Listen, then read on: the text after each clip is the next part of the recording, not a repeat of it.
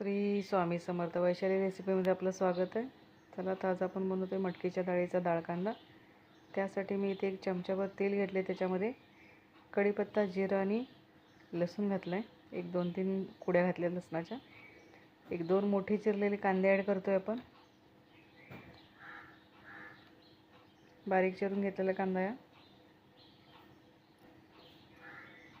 व्यवस्थित तेलामध्ये फ्राय करून घेऊया. त्याच्यामध्ये 1 अर्धा चमचा हळद घालून घेऊया आणि 1 मोठा लाल टोमॅटो मी घेतला आहे, तोही बारीक चिरून त्याच्यामध्ये ॲड करून घेतला आहे.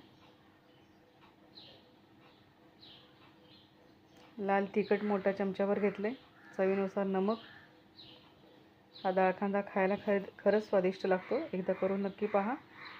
प्रवासामध्ये आपण टिफिनला घेऊन जाऊ शकतो, या स्कूलला वगैरे टिफिनला देऊ शकतो हा डाळ कांदा.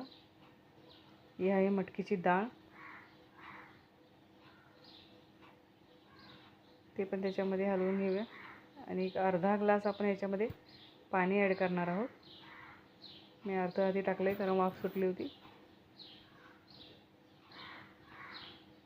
जास्त नाही, अर्धा ग्लास पाणी ओतून त्याच्यामध्ये आपण झाकून ठेवूया 15-1 मिनटासाठी. तर हे आपण झाकून ठेवले 15 मिनटं. तर ही 15 मिनटं झाली. कशी वाटली रेसिपी कमेंट करून सांगा.